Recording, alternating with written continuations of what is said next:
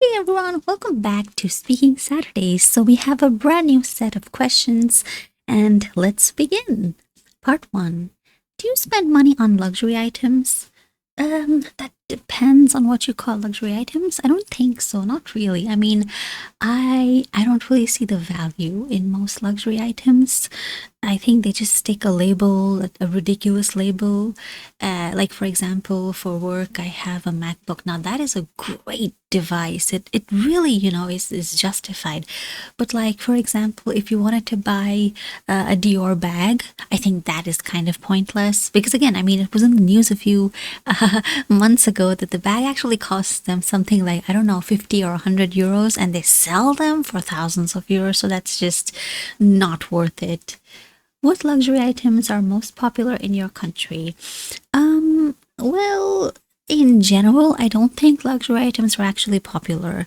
Most people will look for, the cheapest thing they can find. Most people look for bargains and things like that. So, in general, luxury items are just not, I mean, the market for that isn't that huge. There is a market, but it's not really huge. And most people would probably just consider spending, for example, on jewelry and things like that.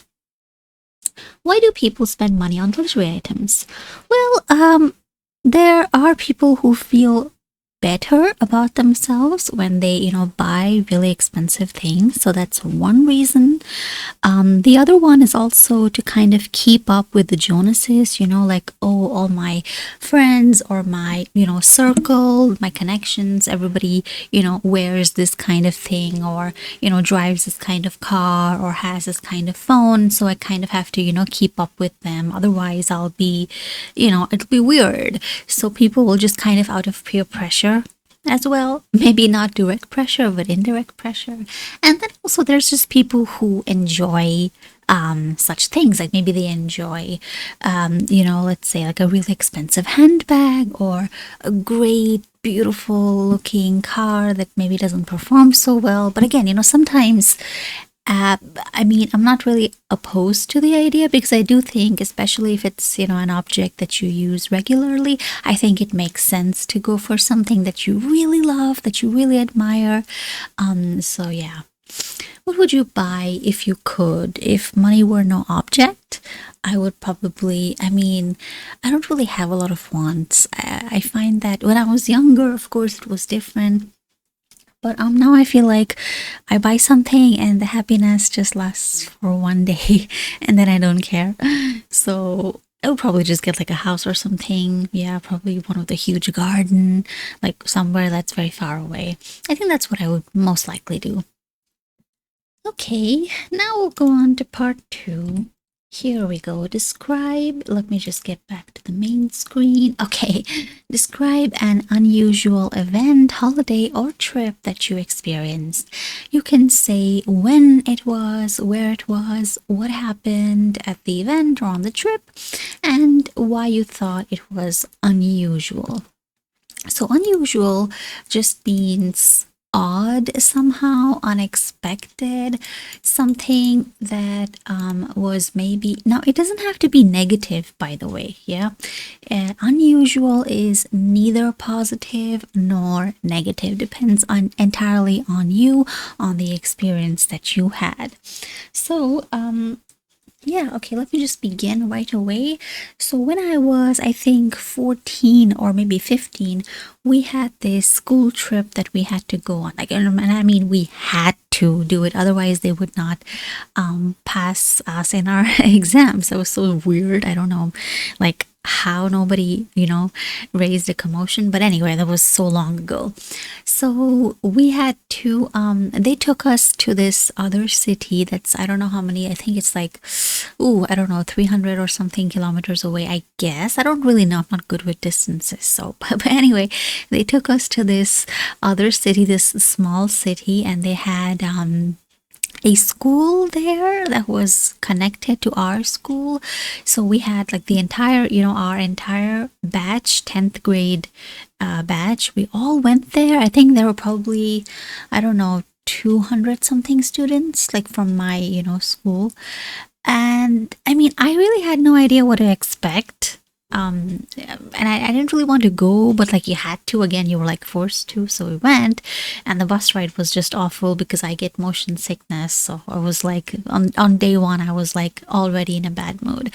And then they took us sightseeing the next day, and it was really weird because this place, like, they just, bussed us to this little old monument, and there was really nothing to do there. It was just a little tomb type of thing.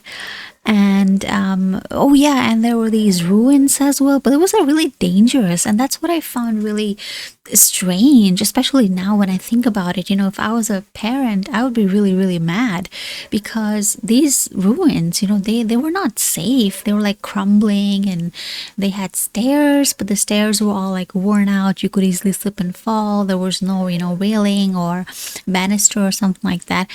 And like, we were just, spread out. The teachers were there, but it's not like they were keeping an eye on every single person. It was very easy. If somebody wanted to get lost, they very easily could.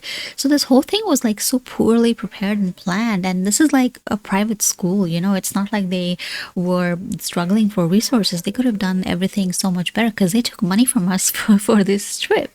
So I found the whole experience pretty disappointing. Not just disappointing, I just found the whole thing to be a major waste of my time as well. I remember I was so scared that I, because first of all, I'm scared of heights, and like I said, the stairs were so worn out, and you could easily, like, there was no banister, so if somebody could easily slip and fall.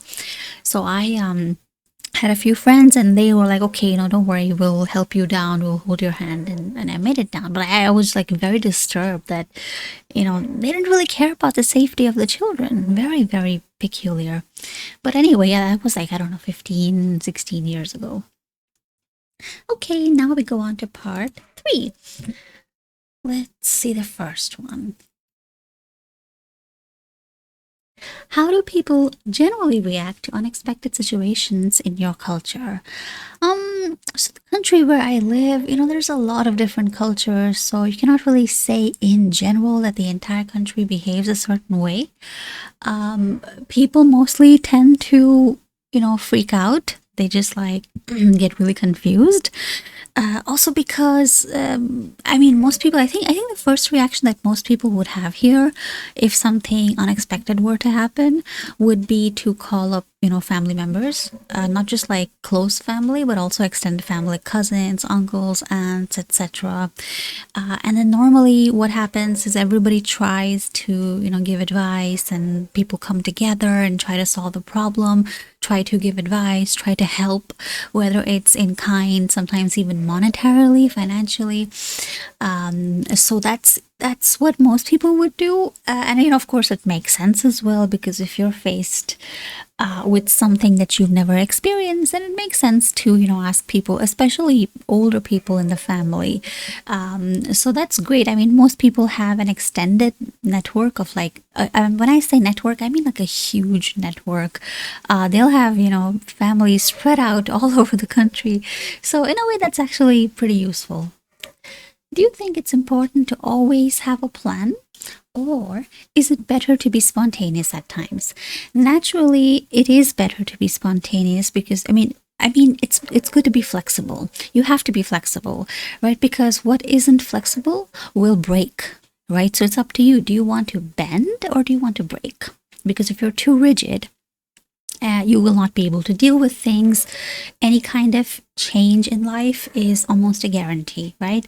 When you're a child, you won't remain a child. When you're a teenager, you're not going to remain a teenager. When you're an adult, young adult, middle-aged adult, senior citizen, etc. So there's always changes. You're single, then you get married. You don't have children, then you have children. And then your children grow up and then they leave. So there are always going to be changes, and you need to be able to, deal with things, not be too rigid. Of course, being, having plans for everything everything and thinking, okay, where do I want to be in the next, 2 years, 5 years, is also equally important, because if you don't have a plan, then life controls you. You don't control life, and that's an awful way to live. But you also can't be so, rigid. For example, let's say you're on a diet, you want to lose weight, or you just want to be healthy, so you don't eat certain things. But let's say you go out to a birthday party for a friend, and then you make a scene and say, oh no, I won't eat this thing because of my diet or whatever. I mean, you don't want to be a nuisance, and that's just one example. But in general, it's good to be a nice, combination. For most things, it's good to have a plan, but it's also important to understand that no plan is ever followed 100% of the way. Even if you make a plan and you just follow it, let's say 80% of the way, for me personally, that's a good standard. What are some strategies that can help people deal with unexpected challenges in life? Well, it's not really a strategy so much as a state of mind that you have to accept that challenges are good, even if they're uncomfortable, because growth only happens when you're uncomfortable. Like, when you're a baby, you don't have teeth yet, and when your teeth start coming in, they start to hurt, right? And of course, nobody likes being in pain, but it's necessary so that you can get your teeth to eat with, right? So all kinds of growth is associated with trouble, with challenges, with difficult times, but you have to develop a healthy mindset instead of, constantly feeling like a victim. And this is something that I think a lot of people struggle with. Most people don't really have a very positive attitude. So that's something that people need to develop. People can do this by reading self-help books. There's so many great books out there. Or, of course, something that's very popular nowadays is to seek therapy. And that can be a great way because you learn many skills in therapy. Of course, you can also, ask people that you know for advice, right? I think that's what most people do nowadays, is we just go online and we go on to Reddit or something, or Facebook or Instagram, and just post, hey, I'm dealing with this situation or this problem. What do I do? How do I fix it?